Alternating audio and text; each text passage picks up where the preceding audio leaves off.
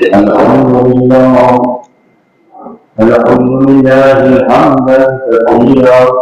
الحمد لله الذي قاته الباب لمن تعب وموجه إلى النجاة لمن أناب.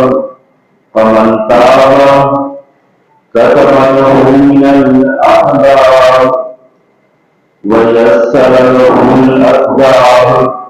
لا عاصي لما قضاه ولا مانع لما أعطاه، وهو الملك الوهاب. وأشهد أن لا إله إلا الله وحده لا شريك له، ونشهد أن سيدنا ومولانا محمدا عبده ورسوله بالهدى ودين الحق أرسله. يا معشر الحاضرين ويا جماعة المسلمين، تمسكوا بالتقوى بالسبب الأقوى، وتقربوا إلى الله بمخالفة ما تدعو إليه الأهواء.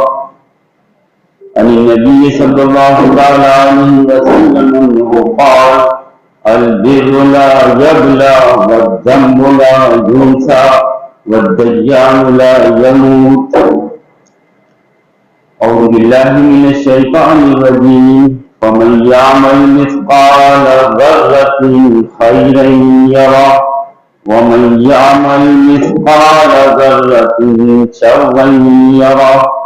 بارك الله لنا ولكم في القرآن العظيم، ونفعنا وإياكم بالآيات والذكر الحكيم. إنه تعالى ملك كريم جواد بر رؤوف رحيم.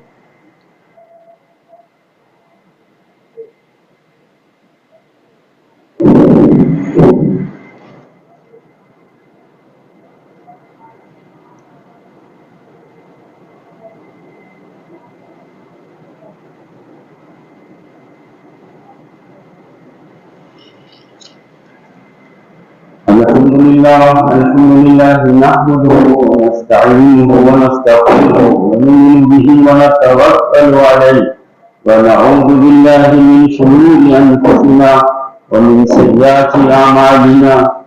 من يهده الله فلا مضل له ومن يضلل فلا هادي له. ونشهد أن لا إله إلا الله وحده لا شريك له، ونشهد أن سيدنا مولانا محمدا عبده ورسوله. يا معشر الحاضرين صلوا على محمد المصطفى صاحب الشفاعة بعدد من صلى وصام وبعدد من قعد وقام. وصلوا على جميع الأنبياء والمرسلين.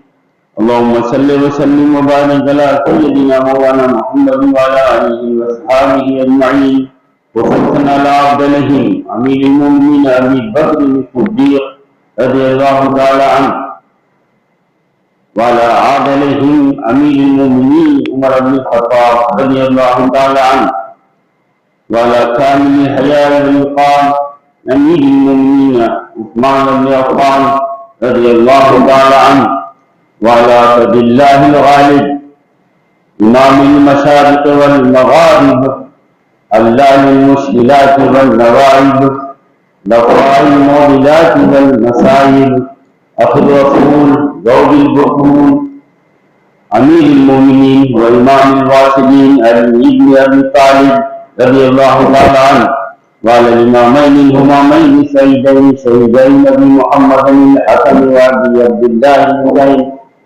وعلى أمهما سيدة النساء فاطمة الزهراء رضي الله تعالى عنها، وعلى من شريفين عند الله بين الناس الحمد والأبار، وعلى سائر فرق الأنصار والمهاجرة، وعلينا ما هم أهل التقوى وأهل المغفرة.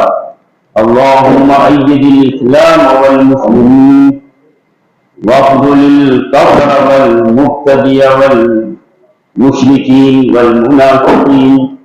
إن الله يأمركم بالعدل والإحسان وإيتاء ذي القربى وينهى عن الفحشاء والمنكر والبغي يعظكم لعلكم تذكرون ولذكر الله أكبر